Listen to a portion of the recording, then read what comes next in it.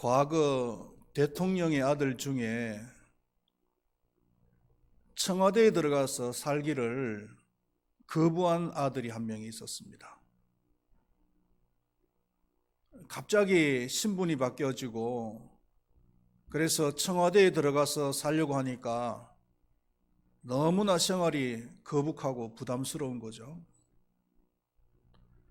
그래서 차라리 밖에서 살겠다고, 자기는 밖에서 살겠다고 때를 쓴 적이 있습니다.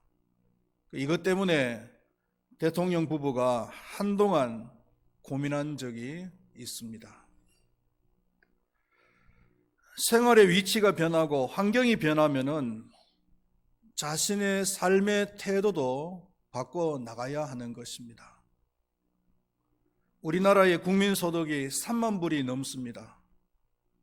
정확하게 2022년도 국민소득이 34,994불, 세계 29위입니다. 그리고 일본이 39,243불로 세계 26위입니다. 거의 격차가 줄어들었습니다. 우리도 이제는 선진국 대열에 들어섰습니다. 그러나 좋아만 할 것이 아닙니다. 3만 불 시대에 살고 있으면은 3만 불 시대에 걸맞는 그런 국민성을 가지고서 살아가는 것이 필요하다는 것입니다. 그런데 3만 불 시대를 살아가면서 국민성은 만 불도 안 되는 그런 사고방식을 가지고서 살아간다면은 이것은 큰 문제라고 할 수밖에 없는 것입니다. 성경은 우리가 예수 그리스도를 믿는 순간에 삶의 위치가 바뀌어졌다고 말씀을 하고 있습니다. 오늘 봉독했던 14절 말씀을 우리 한번 다 같이 읽어볼까요? 제가 우리를 주장하지 못하리니 이는 너희가 법 아래에 있지 아니하고 은혜 아래에 있음이라. 예수를 믿기 전에는 법 아래, 율법 아래에 있었지만은 예수를 믿은 이후로는 은혜 아래에 있다고 말씀을 하고 있습니다. 신데렐라가 졸지에 신분이 바뀐 것처럼 우리의 신분과 위치도 졸지에 바뀌어 버린 것입니다. 제 친구 중에 고향이 경상북도 문경군이었던 친구가 있습니다. 이 친구는 어디를 가도 자신은 경상북도 출신이라고 소개를 했던 사람입니다. 그런데 문경군이라도 위치가 충청도에 좀 치우쳐진, 충청도에 가까운 문경군이었어요. 그래서 어느 날 행정구역이 재편이 되어지면서 그 친구가 살던 그 고향이 충북 청원군으로 재편이 되어버린 겁니다.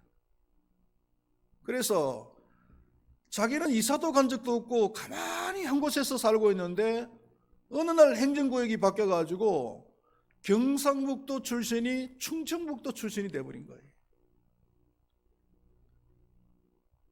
우리 당수동이 그랬었잖아요. 우리 당수동이 과거에는 화성군 반을면 당수리였습니다. 그런데 행정구역이 막 바뀌기 시작하더니만은 어느새 수원시 권성구 당수동이 되어버렸어요. 우리는 이사 간 적도 없는데 가만히 있는데 그냥 우리의 위치가 화성군에서 수원시로 바뀌어버렸단 말이에요. 마찬가지로 우리가 예수를 믿는다는 이유만으로 율법 아래에서 은혜 아래로 주소가 바뀐 것입니다. 두 번째로 생각할 것은 그러면은 율법 아래에 있을 때는 어떠했느냐라는 것입니다. 첫 번째로는 제2의 지배를 받으면서 살았습니다. 12절 말씀을 우리 다 같이 읽어보겠습니다. 그러므로 너희는 제가 너희 몸을 지배하지 못하게 하여 몸의 사욕에 순종하지 말고. 제가 지배하는 삶은 몸의 사욕을 따라 사는 삶이라고 했습니다. 이 몸의 사욕, 이 사욕이라고 하는 말은 영어의 성경을 보니까 lust 아니면은 desire 이렇게 되어 있습니다. 이 lust와 desire는 욕구, 욕망, 쾌락이라는 뜻이 들어있는 단어입니다. 다시 말하면은 이 몸의 사욕은 육신의 욕심, 육신의 욕구, 육신의 욕망, 육신의 쾌락 이렇게 말을 할 수가 있는 것입니다. 육신이라고 해서 다 나쁜 것은 아닙니다. 하나님께서 사람의 영혼과 육신을 만드셨을 때에 보시기에 심히 좋았더라고 평가를 하셨잖아요. 그러나 육신이 하나님의 영광을 드러내는 데 사용되어지지 않고 자신의 욕망만을 위해서 사용이 되어질 때 나쁜 것이란 말이죠. 그래서 이 사욕이라고 했을 때 나쁜 의미에서의 욕구입니다. 육신의 욕구예요. 성경에서는 음욕을 이야기할 때 이 사욕이라고 하는 말을 썼고 lust 아니면 desire이라고 하는 단어를 썼고 세상의 염려와 재리 아니면 악한 것, 원망과 불평, 로마서 1장 26절에서 27절에서는 호모섹스를 말할 때 이 lust라는 말을 사용을 했습니다. 타락 이후의 사람들은 자신의 육신을, 자신의 욕심을 위해서 사용하기를 시작했습니다. 지금도 하나님을 알지 못하는 불신자들은 자신의 육신을 자신의 욕망만을 위해서 사용을 합니다. 지난주에는 이태원 참사로 인해서 많은 국민들이 애도를 하는 기간으로 보내고 있습니다. 저도 그 참사에 대해서 젊은이들이 한순간에 많은 그런 인명이 희생이 됐다는 것에 대해서 참 가슴이 아프고 또 애도를 합니다마는 그러나 우리가 생각을 해야 될 것은 생각을 해야 된다는 거예요. 물론 국가의 탓도 있습니다마는 정부의 탓도 있습니다마는 정부의 탓만 할 것이 아니잖아요. 이태원 하면은 우리나라에서 동성애와 마약의 온상지역입니다. 할로윈 축제라고 하는 어디서 듣지도 보지도 못한 그런 잘못된 축제 문화가 들어와 가지고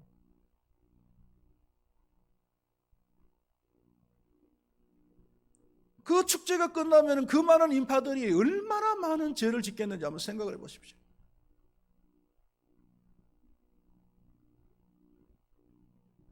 하나님께서 경종을 울리셨다라고 저는 생각을 합니다. 더욱 가슴에 마음을 아프게 하는 것은 뭐냐면은 그 희생자들 중에서 예수 믿는 자녀들도 있었다는 거예요.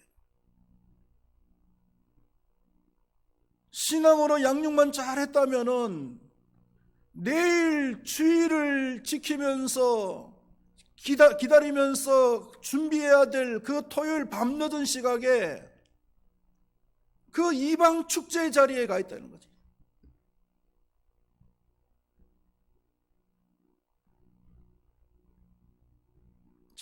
참으로 애석한 일이 아닐 수가 없는 것입니다.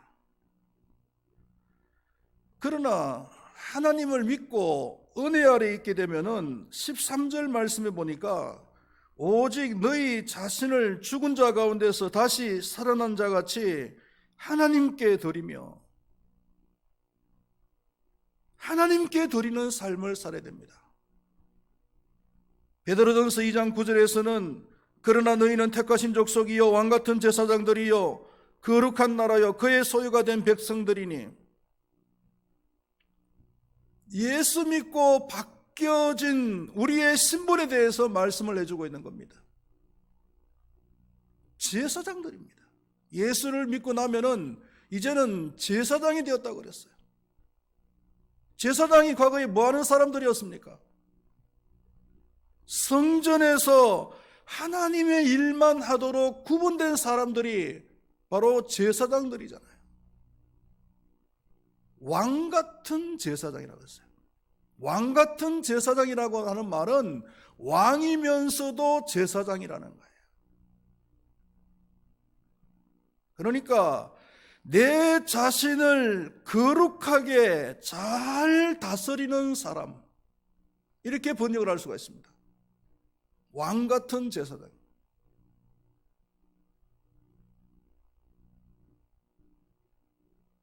이것이 예수를 믿는 우리들의 신분이 바뀌어진 신분입니다.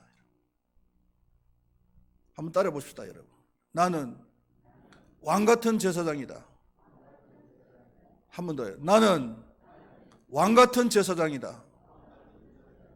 나는 왕 같은 제사장이에요. 그렇기 때문에 자신을 잘 다스려서 하나님의 일만 하는 삶을 살아야 됩니다. 먹든지 마시든지 무엇을 하든지 간에 하나님께 드리는 삶을 살아야 된단 말이에요.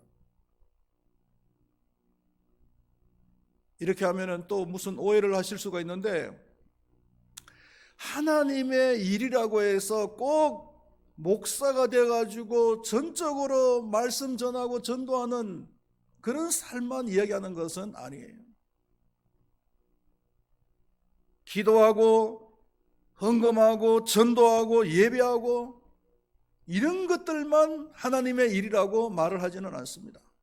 물론 이런 것들도 하나님의 일이긴 합니다.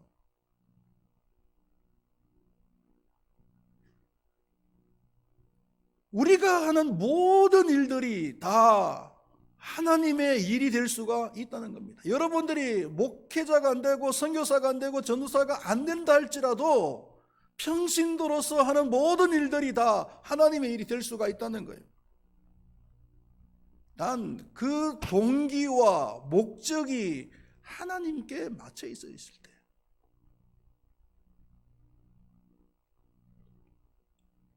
반대로 하나님의 일을 한다고 하면서도 자신의 욕망을 위해서 아니면 자신의 야망을 위해서 살아간다면은 그것은 껍데기만 하나님의 일이지 진실은 그 내면은 하나님의 일이 아닐 수도 있다는 거죠.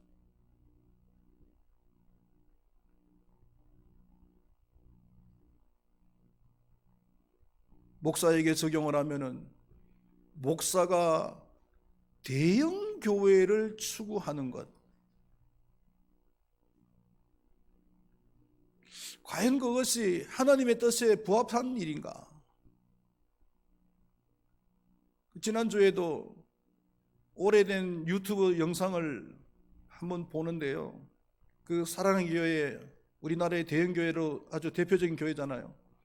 사랑의 교회 그 돌아가신 그 옥환은 목사님의 설교인데, 그 목사님이 울부짖듯이 설교를 하시는데 그 내용이 뭐냐 하면은 자기는 원래 이런 대형교회를 원하지 않았다는 거예요. 자기는 이런 대형교회 목사가 싫다는 거예요. 공간도 좁은데 왜 이렇게 사람들이 몰려드는지 모르겠다는 거죠. 왜 싫으냐면은 성경에서 대형교회를 하라고 말한 적도 없는데, 그리고 대형교회가 되어 보니까 사람의 영혼이 귀한 줄을 모르겠다는 거예요. 수천 명 수만 명이 되니까 어느 사람이 왔다 갔는지 뭐 알지도 못하겠고, 이렇게 내가 목사질을 하다가 나중에 하나님 앞에 가면은 하나님께 무슨 상을 받겠냐는 거예요. 그리고 대형교회 목사가 되니까 얼마나 사람들이 많이 칭찬을 하는지, 그러면 이 세상에서 난 칭찬 다 받으면 하나님 앞에 가서 칭찬받을 게 없다는 거예요.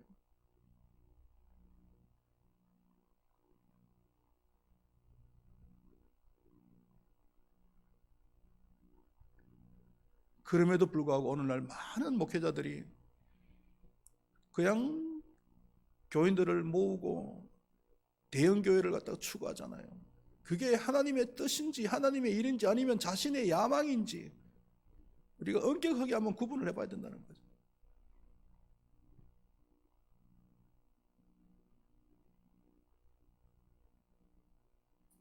사업 성공을 위해서 간절히 기도하는데 그 사업 성공이 하나님의 그 동기와 맞느냐? 하나님의 목적과 맞느냐? 아니면 자신의 욕망을 위한 사업 성공이냐? 왜 사업 성공을 해야 되는지 하나님의 생각과 부합되어져야 된다는 거죠.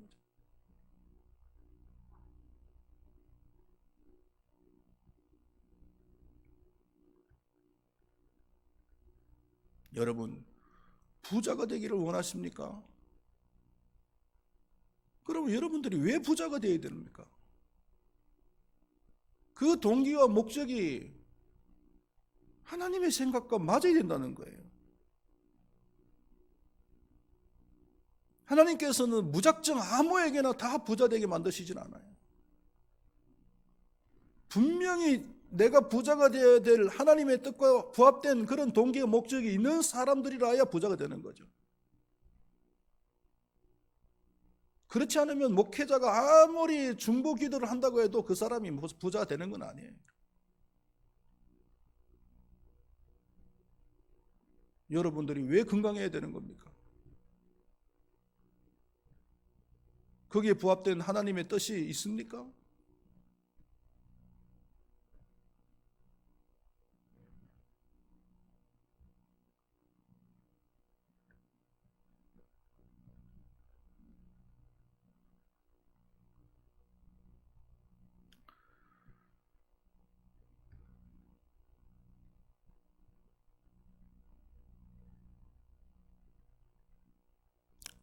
저는 목사입니다마는 누가 저에게 다시 태어나도 목사가 되시겠습니까? 물어본다면 어떻게 대답할 것 같아요? 목사니까 당연히 예스라고 대답할 것 같죠. 그런데 저는 다시 태어나서 나면은 목사가 될 것입니까? 묻는다면 아니요라고 대답할 것 같아요.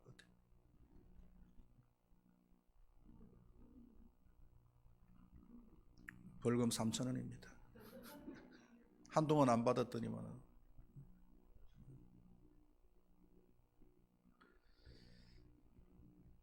이 목사직이 나빠서 그런 것이 아니고 목사직은 참 좋지요. 그런데 문제가 뭐냐 하면은 목사로서 살아가니까 세상과 너무 구분되어진 듯한, 너무나 동떨어진 듯한 느낌이 들어요. 그래서 세상 속으로 들어가기가 너무 힘들어요. 세상 사람들도 목사라 그러면 이미 선입관을 가지고서 거리를 두버려요.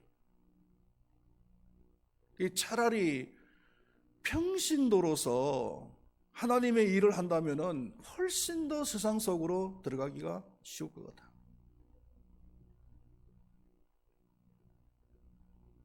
그런 의미에서 목사보다도 평신도인 여러분들이 하나님의 일을 하기가 더 쉬울 수도 있다는 거예요.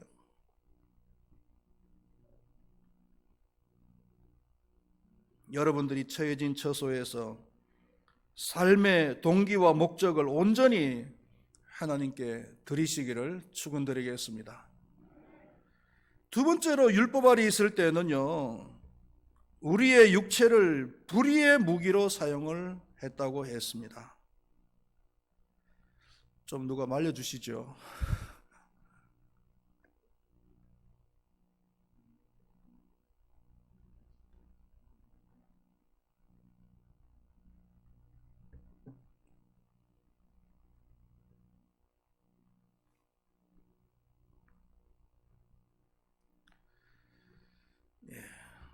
우리의 육체를 불의의 무기로 사용을 했다. 그렇기 때문에 이제는 의의 무기로 사용을 해야 됩니다. 13절 말씀을 다시 한 번 더 읽어보도록 하겠습니다. 또한 너희 지체를 불의의 무기로 죄에게 내주지 말고 오직 너희 자신을 죽은 자 가운데서 다시 살아난 자 같이 하나님께 드리며 너희 지체를 의의 무기로 하나님께 드리라. 우리 몸에는 여러 가지 지체가 있습니다. 손도 있고 발도 있고 코도 있고 입도 있고 그리고 귀와 눈이 있습니다. 이러한 지체들이 불의의 무기로 사용이 되어질 수도 있고 의의 무기로도 사용이 되어질 수가 있다는 거예요. 예를 들어서 입이 있습니다. 입이 불평하고 원망하고 저주할 때 이 입은 불의의 무기로 사용이 되어진 거예요. 그러나 같은 입이라 할지라도 감사하고 칭찬하고 격려하고 찬양할 때는요, 그 입은 의의 무기로 사용이 되었단 말이에요. 사랑하시는 우리 성도님들이시죠. 오늘도 결심하시기를 바랍니다. 여러분들의 지체를 의의 무기로 사용할 것인지 불의의 무기로 사용하실 것인지 결심하시기를 바라겠습니다. 결심은 대단히 중요합니다. 어떤 사람들은 작심삼일이라고 해서 결심을 무의미하게 여기는 사람도 있습니다만은 그렇지 않습니다. 결심도 성령께서 함께 해주셔야만이 결심을 할 수가 있는 거예요.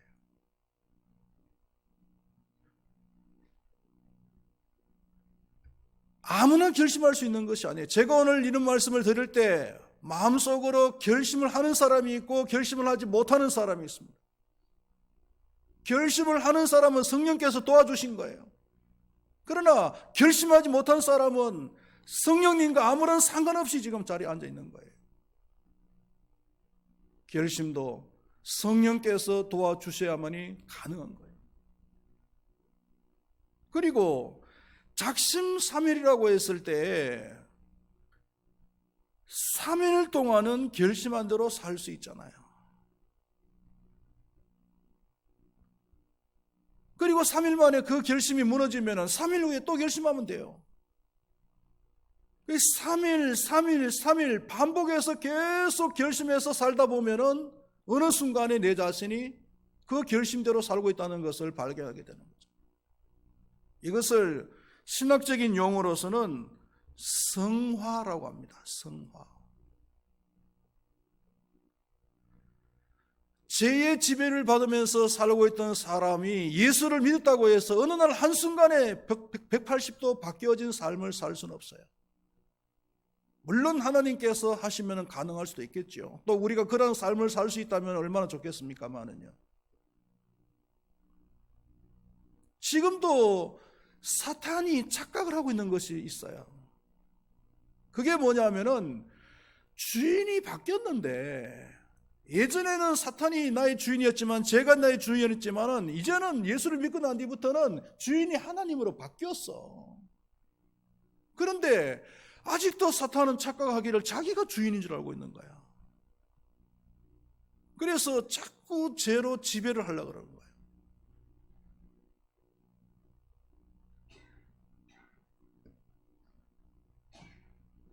이제는 당신이 나의 주인이 아닙니다 라고 몸으로 저항을 해야 됩니다.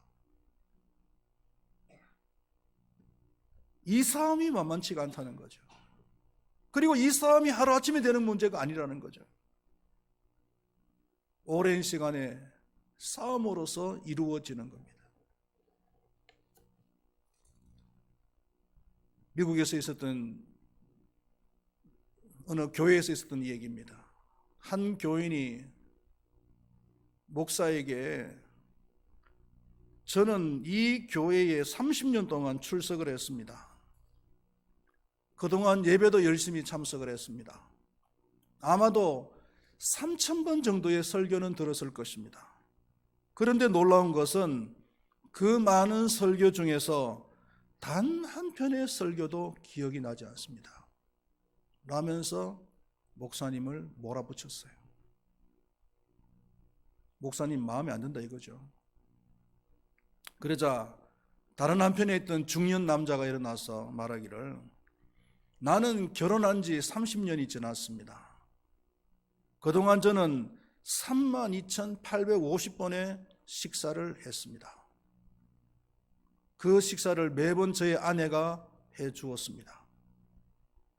그런데 저는 그 많은 식사 중에서 한 끼의 메뉴도 기억을 할 수가 없습니다.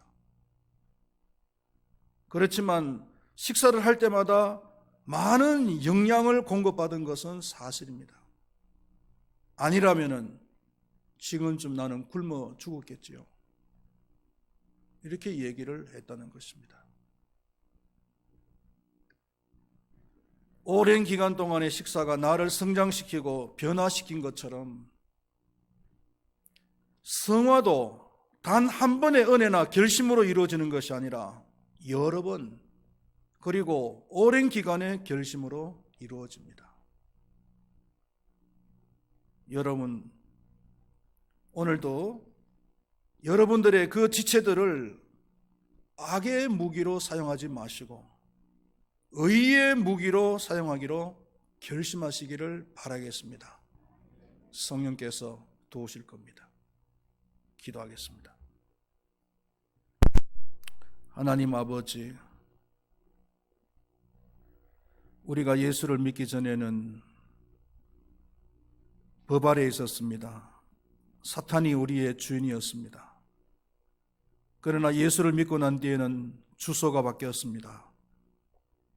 은혜의 아래에 있게 되었습니다. 하나님이 나의 주인이 되어졌습니다. 그러므로 우리의 몸을 더 이상 내 자신의 욕심을 채우는 데 사용해서도 안 될 것이며 우리의 지체들을 불의의 무기로 사용을 해서도 안 될 것입니다. 오직 하나님을 위해서 사용을 하는 것이 은혜 아래에 있는 자의 삶인 줄로 믿습니다. 오늘 이 시간에 우리 사랑하는 모든 성도님들이 결심하게 하여 주시옵소서. 하나님께서 나에게 주신 이 몸, 이 지체들을 의의 무기로 사용하겠노라고 결심하도록 성령께서 도와 주시옵소서. 쓰러지고 자빠져도 그러나 영화되는 그 순간까지 끝까지 달려갈 수 있도록 하나님께서 도와 주시옵소서. 감사합니다. 예수님의 이름으로 기도드리옵나이다. 아멘.